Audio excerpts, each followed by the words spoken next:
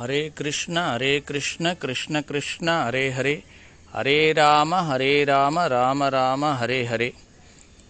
இன்றைக்கி நாம் பார்க்கக்கூடிய தலைப்பு தீபாவளி காணாமல் போன கண்ணன் என்ற தலைப்பை எடுத்துட்டு பேசலாம்.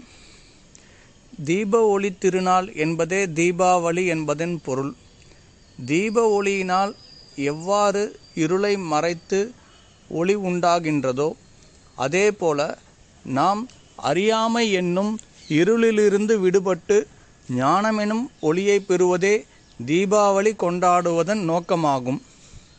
நாம் இந்த உலகில் துன்புறுவதற்கான காரணம் என்ன? நாம் எங்கிருந்து வந்தோம்? மரணத்துக்கு பிறகு எங்கு செல்வோம்? நாம் இத்தகைய வினாக்களுக்கு விடையையே அறியாமல் உள்ளோம். தீபாவளி முதலிய பண்டிகைகள் இவ்வினாக்களுக்கு விடை தேட வழிவகை செய்து நிரந்தரமான இன்பத்தை அடைய நமக்கு உதவுகின்றன. பகவான் ராமச்சந்திரர் வனவாசம் சென்று திரும்பி அரியணையில் அமர்ந்த தினத்தை வட இந்தியாவில் தீபாவளி திருநாளாக கொண்டாடுகின்றனர். தமிழகத்தில் நரகாசுரனை அதாவது பௌமாசுரனை பகவான் கிருஷ்ணர் வதம் செய்த தினம் தீபாவளியாக கொண்டாடப்படுகின்றது. நரக சதுர்த்தி என்று அறியப்படும் இந்நாள் அமாவாசை தினத்திற்கு முதல் நாளாகும். ராமர் ராவணனை வதம் செய்தார். கிருஷ்ணர் நரகாசுரனை வதம் செய்தார். ராவணனை நரகாசுரன் இருவருமே தர்மத்திற்கு புறம்பான வழியில் பெண்களை அனுபவிக்கும் ஆசை மிக்கவர்களாக இருந்தனர். நரகாசுரன் 16,100 இளவரசிகளையும் ராவணன் தேவலோக பெண்கள் உட்பட பலரையும் கடத்தி சென்றிருந்தனர். இந்த அசுரர்களைப் போல பாவச் செயல்களில் ஈடுபடாமல் தர்மத்தை பின்பற்றும் போதுதான் உண்மையான தீபாவளியாகும். இந்த அசுரவதங்களின் மூலமாக தர்மம் வெல்லாது, அதர்மம் இன்பத்தை தராது, தர்மமே வெல்லும், இன்பத்தை தரும் என்பது பகவான் நிலைநாட்டுகின்றார். பகவான் கிருஷ்ணர் பகவத்கீதையில் கூறுகின்றார், யதா யதாஹி தர்மஸ்ய க்ளானிர் பவதி பாரத அபியுத்தானம் அதர்மஸ்ய ததாத்மானம் சுஜாமியகம். எங்கெல்லாம் எப்போதெல்லாம் தர்மம் சீர்குலைந்து அதர்மம் தலை தோங்குகின்றதோ அங்கெல்லாம் பக்தர்களை காத்து அசுரர்களை அழித்து தர்மத்தை நிலைநாட்டுவதற்காக நான் அவதரிக்கின்றேன் என்கிறார். மக்கள் இன்றோ தீபாவளி நாளன்று தர்மத்தை மறந்து மது, மாது, மாமிசம், சூதாட்டம் என அனைத்து பாவங்களில் ஈடுபடுவதை கொண்டாட்டமாக கருதுகின்றனர். சிறிது காலத்திற்கு முன்பு கூட தீபாவளி திருநாள் என்றால் அதிகாலையில் எழுந்து நீராடி கங்கா ஸ்நானம் செய்து பலவிதமான உணவு பதார்த்தங்களை, புத்தாடை இவற்றை பகவானுக்கு அர்ப்பணித்த பிறகு அவற்றை ஏற்றுக்கொள்ளுதல், வான வேடிக்கைகளை கூட பகவானின் திருப்திக்காக விடுத்தல் என்னும் எண்ணம் சிறிதேனும் இருந்தது. மேலும் தீபாவளி தினத்தன்று குடும்பத்தினருடன் கோவிலுக்கு சென்று கடவுளை வணங்குதல் வழக்கமாக இருந்தது. ஆனால் காலச்சக்கரத்தின் ஓட்டத்தில் நவீன நாகரீக முன்னேற்றத்தால் தீபாவளி திருநாள் கொண்டாட்டம் சிறிது சிறிதாக அதன் உண்மையான குறிக்கோளை விட்டு நகரத் தொடங்கியது. பகவானுக்கு அர்ப்பணித்தல், பகவானது லீலைகளை நினைவு கூறுதல் முதலிய ஆன்மீக செயல்களை மறந்து தீபாவளி என்றால் புத்தாடை உடுத்துதல், பட்டாசு வெடித்தல், பல வகை இனிப்பு கார வகைகளை உண்ணுதல், நண்பர்களுடன் உறவினர்களுடன் பல்வேறு பொழுதுபோக்கு இடங்களுக்கு செல்லுதல், தொலைக்காட்சியில் பல்வேறு நிகழ்ச்சிகளை பார்த்தல், திரையரங்குகளுக்கு செல்லுதல் முதலிய ஆன்மீகத்திற்கு தொடர்பில்லாத விஷயங்களாக மாறி வருகின்றன என்பதை நாம் கண்கூடாக பார்க்க முடிகிறது.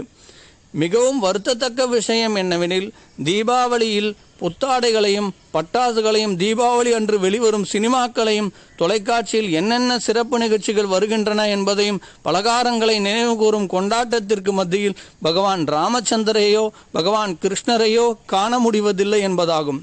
84 லட்சம் வகையான உயிரினங்களில் பிறவி எடுத்து இன்ப துன்பங்களில் அனுபவிக்கும் ஆத்மா இத்தகைய துன்பங்களிலிருந்து முற்றிலும் விடுபட்டு நித்தியமான ஆன்மீக ஆனந்தத்தை கொடுக்கும் ஆன்மீகத்திற்கு செல்லும் வாய்ப்பினை அடைவதற்கு வாய்ப்பளிக்கும் மனித பிறவினை உண்ணுதல், உறங்குதல், இனப்பெருக்கம் செய்தல், பாதுகாத்து கொள்ளுதல் முதலிய செயல்களிலேயே ஈடுபட்டு அரிய வாய்ப்பினை இந்த மனிதனானவன் தவறவிடுகின்றான்.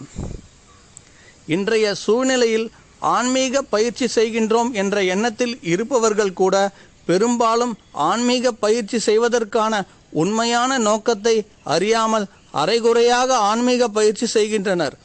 மேலும் பலர் தீபாவளி போன்ற ஆன்மீக முன்னேற்றம் தரும் பண்டிகை நாள்களில் கூட மாமிசம் உண்ணுதல், போதை வஸ்துக்களை எடுத்தல், தகாத ஆண் பெண் உறவுகளை ஊக்குவிக்கும் பொழுதுபோக்கு நிகழ்ச்சிகளை பார்த்தல் போன்ற செயல்களில் ஈடுபடுகின்றனர். தொலைநோக்கு பார்வையற்ற இன்றைய சமுதாயத்தினர் நண்பர்களுடன் உறவினர்களுடன் ஆனந்தமாக வாழ்வதே வாழ்க்கையின் நோக்கம் என்னும் எண்ணத்தை கொண்டுள்ளனர். சாஸ்திரங்களின் வழிகாட்டுதல்களை முற்றிலும் அறியாமல் உள்ளனர். இதன் காரணமாக இன்றைய மனித சமுதாயம் பல்வேறு இன்னல்களை சந்தித்து வருவதை நாம் கண்கூடாக காண்கின்றோம். பகவானால் சிபாரிசு செய்யப்படும் வாழ்க்கை முறையை பின்பற்றுவதால் மனிதனால் இந்த பிறவியில் சிறப்பாக அமைத்துக் கொள்வதுடன் மீண்டும் துன்பகரமான தற்காலிகமான இந்த பௌதிக உலகில் பிறவி எடுக்காமல் அளவற்ற ஆனந்தம் நிறைந்த இடமான வைகுண்ட லோகங்களை அடைய முடியும். இத்தகைய வாழ்க்கை முறையினை ஓர் அங்கமே தீபாவளி முதலிய பகவானின் லீலைகளின் கொண்டாட்டங்கள். பகவான் ராமர், கிருஷ்ணர் இவர்களின் லீலைகளை புரிந்து கொள்வதன் பயனே கிருஷ்ணர் பகவத்கீதையில் விளக்குகின்றார்.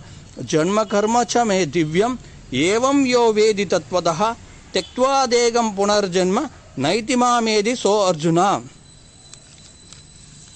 எனது தோற்றமும் செயல்களும் திவ்யமானவை என்பதை எவன் ஒருவன் அறிகின்றானோ அவன் இந்த உடலை விட்ட பின் மீண்டும் இந்த பௌதீக உலகில் பிறவி எடுப்பதில்லை.